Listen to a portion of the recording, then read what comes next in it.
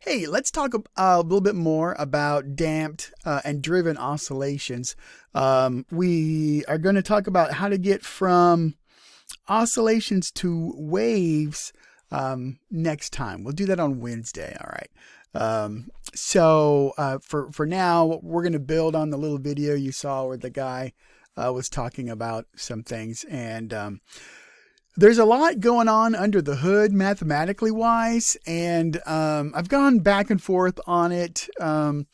Some of you are going to see that in differential equations, and I think it'll be more meaningful to you there. So I'm not going to do that, although I taught differential equations for several years, and it's very near and dear to my heart. But so I'm not going to be going over all of what's happening under the hood mathematically, but let's get into it here. Free and driven. So a free oscillation is I've just got a spring, I compress it, and it bounces a little bit. That's a free oscillation. Okay, driven would be as if I have the spring on a platform and I move the platform up and down, and eventually the two things start to move together. Okay, that would be driven.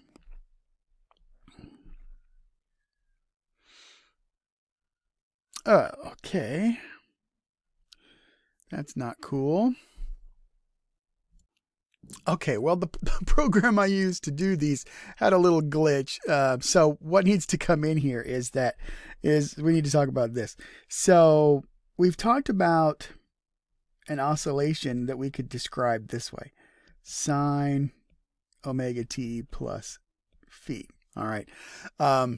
We need to introduce the word here, envelope. Okay, and an envelope is whenever you've got something weird. It doesn't have to be too weird. Something going on with the amplitude.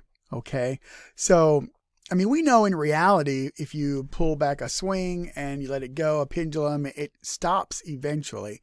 And same thing with something vibrating up and down, it's eventually going to stop. It's vibrating. Okay, so we know it in reality, the amplitude is never actually constant. It's always getting just a little bit smaller. Okay, and so we can have situations where A itself is a function of time, but it could also be a function of space. Okay, so that's a little bit unusual. We'll talk about that a little bit more when we get to talking about wave packets traveling. So we're going to allow for that thing to change. Now, specifically, what we're going to be dealing with is we're not going to worry about spatial changes, but we're going to allow A to be some constant value times an e to the minus gamma t. All right, so that's a decaying exponential. All right, so we're going to have this right here. I start off at some value a0, and over time, we're going to decay away down to 0. All right. Then you can have fun conversations like, well, does it ever go to 0 really? Blah, blah, blah, blah, blah. Okay. And in this model here, no, it does not. In reality, it does. We know it. We've seen it. Okay. So our model here doesn't take into account everything that's going on with an oscillating spring or a swinging object. Okay.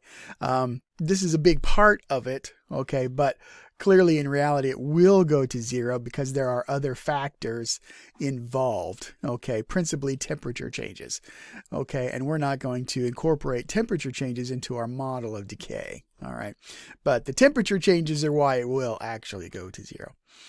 Okay, now, when it comes to a decaying object, if it's exponentially decaying, a couple of points we want to make.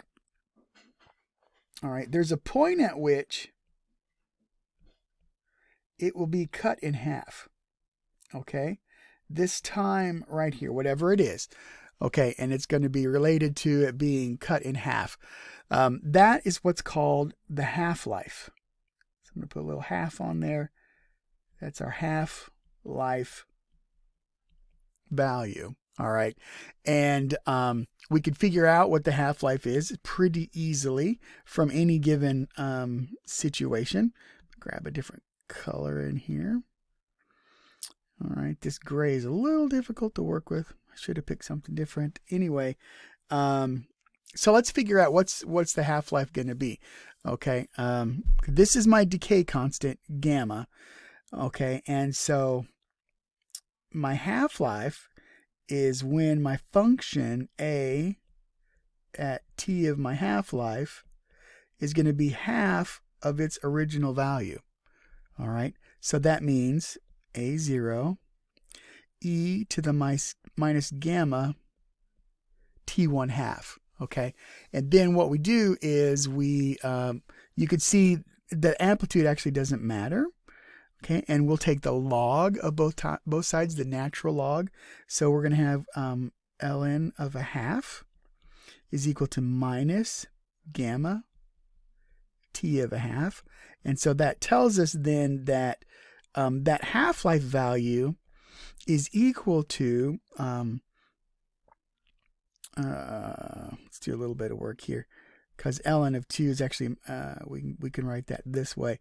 Then my minus signs are going to cancel, and I've got ln of 2 divided by gamma. Okay, so that's my half-life number right there. Okay, now I don't want you to come away thinking that this is just something that has to do with oscillations. Decay and the half-life have to do with anything that's decaying exponentially. So we see this in like nuclear radiation situations. This is the basis of like radiometric dating. Okay, so if somebody says, oh, this rock is 100 million years old, what exactly does that mean and how do they come up with that? Well, it has to do with this mathematics right here, and we will talk about that later on in the semester so you can know what does that exactly mean if somebody says this bone is 10,000 years old or this rock is 100 million years old.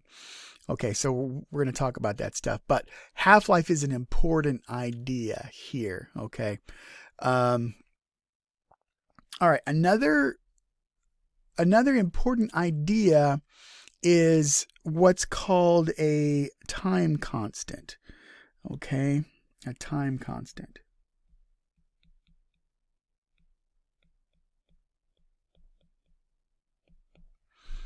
Okay, and a time constant is just another way of trying to explain or describe numerically the decay. All right, and so what we're going to do here is we're going to say the time constant is tau. Okay, just like that. Now, using a tau, then we can write our equation as a e to the minus t divided by tau. Okay, just like so. And then you can clearly see that tau is going to be related to gamma. Okay, it's just 1 over gamma, whatever gamma happens to be there. Okay, so just kind of different ways of dealing with that. Tau is kind of nice because it's has units of seconds. Okay, and makes it pretty easy to work with, but you know, gamma is convenient too. So don't let these things get to you. We've got these 2 or 3 different ways to talk about how something decays. Okay, we could talk about its half-life, we could talk about its decay constant, or we could talk about its time constant. All right, all 3 of those things are going to give you the same information, which is how quickly is this thing dropping off. All right, and so it could drop off very slowly. All right, or very quickly. Okay, either way, just like that. Okay, so I'm going to end this here. All right, so I want you to the main thing I want you to get out of this particular video is this idea of half-life, time constant, and how they're related mathematically to decay. Okay, just like that. So those are 3 ideas you need to be able to go switch from one to the other and know exactly what it is you're talking about. Okay, all right, so let's end this one.